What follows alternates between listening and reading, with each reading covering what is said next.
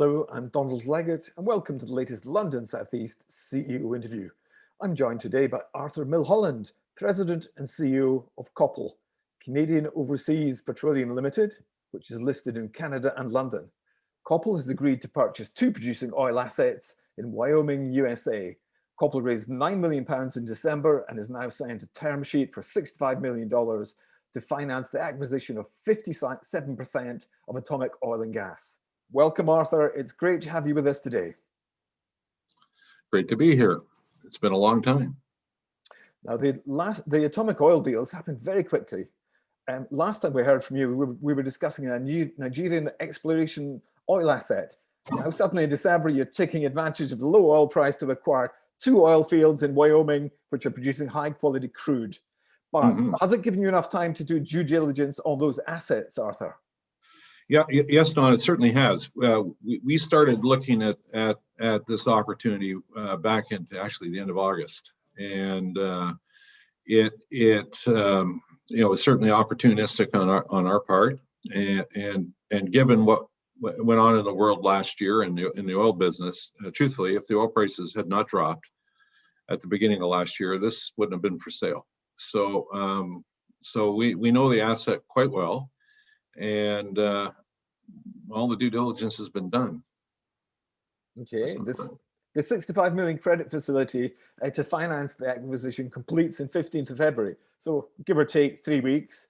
Are the revenues from the two producing fields in Powder River Basins sufficient to cover the initial debt repayments? Yeah, yes, they are. And in fact, the loan is structured that way. The key thing with this asset is the primary field's called Barron's Flats, and it's being Miscible flooded, which started just over a year ago. So they're injecting natural gas and propane into it to enhance the recovery and increase the production. So by this time next year, the production should be 3 times, maybe more higher than it is today. So it's ramping up, and the terms of the loan repayment reflect that. And will it simply by Miscible flooding? Will that, what sounds to me quite a sophisticated technique, will that actually encourage the oil to flow by it does simply by that process? Exactly. It increases the production rate as well as recovery efficiency. So it's essentially a secondary recovery process, and it acts like a solvent in the reservoir. That's a good way to describe it. Pushes the oil out to the producing wells. And but there's a cost to do this. And the nice part about this is that Atomic is the operator. All the facilities are brand new, and it's for all intents and purposes new. So there's no legacy issues around old wells and abandonment reclamation issues.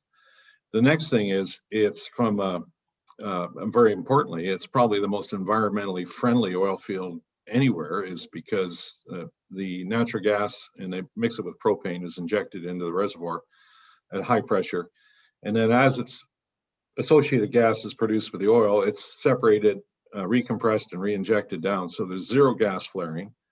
There's no methane emissions from the facility. If it did, it'd probably blow up because it runs at very high pressure at surface. And in the Powder River Basin, the wind always blows. So there's a big wind farm next to it, and they pull all the equipment is all electric, and they pull the electricity off the wind farm to run everything. All right, you're the operator in mid-February, Arthur. Are you absolutely? Do you inherit the existing production team and all those sophisticated production techniques? And yes, the answer is yes, we do. And the interesting part about this is that Atomic was a single shareholder, or until we close, is a single shareholder business that essentially that an individual started it to buy these assets. And so they have an office in Denver, where they have an engineer, accountants, and things like that, but not really a big team. And so a lot of what they were doing were capital constrained because of his own, finances, but as well because of just not having enough people. And so our team, which we have technical team in Calgary, will assist them, and we can do an awful lot more to it. So yes, we are taking some their people along, most of them, if not all, and then they have field operators in Wyoming, it's 30 miles from Casper, who actually go out and turn the valves and run the plant and things like that. So yeah. So, but you plan to use your money wisely and expand the operations. Yes, we are. And so, essentially throughout the year, but between now and this time next year, the production is going to increase dramatically, and the cash flow is going to increase dramatically. And at Barron's Flats, our plan is that because they were capital constrained, is to increase the gas injection rate to 3 times and to the maximum designed amount to 10 million cubic feet a day. And what that will do is accelerate the increase of production, but will also cause us not to have to do any additional drilling at Barron's Flats until at least a year. And then next year we expand up more, drilling more production wells and more injection wells, and expand it on a simulation. It's all been simulated how to do this. So it's really just the cost of buying the gas and the propane, and then and everything else follows quite immediately, actually. Yeah. So okay, that's very interesting. So you own 50% of Atomic. How much will the minority holders continue to have, and what are their plans? Essentially, we're buying 100% of Atomic Oil and Gas, which is a private company. And Atomic, there's 2 oil fields. One called Barron Flats, and the other one is called Coal Creek. And Barron's Flats is currently being Miscible flooded, and Atomic has 57% of Barron's Flats and is the operator. At Coal Creek, they've got 66 2/3, and they're the operator there. Now, Coal Creek is to the west, and it's ready to be Miscible flooded. So, in other words, it's essentially a look-alike to the west to the Barron's Flat project. So, it'd be likely later this year we'll drill 2 to 4 horizontal wells at Coal Creek, and to get them on production, to start drawing the reservoir down to create voidage, so we can come back later and inject gas into it. So it's just but the cash flow will support that. And what happens to the sleeping partners? What happens to the minority shareholders? Well, or the minority interest holders, because it's a joint operating agreement. There's one party that's 27%, and they're in financial difficulties. And then there's another party that at Barron's Flats that has 15%, and their interest is for sale because it has to be. It's the Chinese National Offshore Oil Corporation, and in December they were advised by the U.S. Treasury Department they had to sell all their assets in the United States. So we are working on the going forward plan is to consolidate the interest in it to take it to 100%. And watch this space. So watch this space. Yeah. I hear the sound of commercial sensitivities, so we shall watch this space. Okay, so final question, Arthur. What kind of news flow can we expect from COPL over the next few months? What are the milestone announcements we should look out for? Well, the first milestone announcement is when we complete the transaction. So, we're on course to do that by mid-February, as I said in the last press release, the week of the 15th. There's, like any other loan agreement, we have a term sheet. So the terms in the term sheet that are negotiated around, stay, and the loan agreement comes out of that.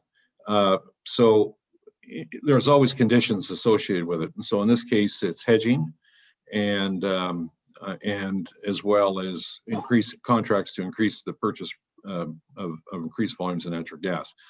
We can get all that done. That's not a problem. And so as the next 3 weeks go on, it's really to get this to complete, and then we can draw on a loan, buy the shares of Atomic, and then take over the business essentially.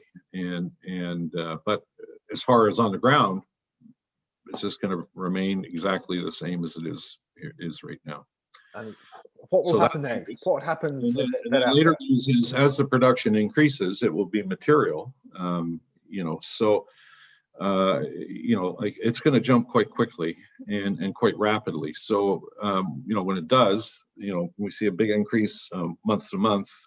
We're obligated to announce that, and then talk about where the production is, where we believe it's headed, and we the reserves, will be another reserve report at year end, to reflect the increase in gas rate that we plan to do, which again will increase the oil recovery rate. So there'll be lots of news going forward, and then as we get closer to mid-year when we do some drilling at Coal Creek, the results of that, and which may add significantly to the production as well, and if we're successful in consolidating the interest. So there'll be lots of news flow throughout the year. Fantastic, Arthur. Thank you very much indeed for joining us today. That's Arthur Millholland, President and CEO of COPL. And if you're a COPL investor, don't forget to go onto the lac.co.uk website and share your feedback on the COPL Bulletin Board. Plenty to talk about at the moment. And finally, you can follow London Southeast on Twitter and on YouTube. Subscribe to our YouTube channel. Meanwhile, please do stay safe.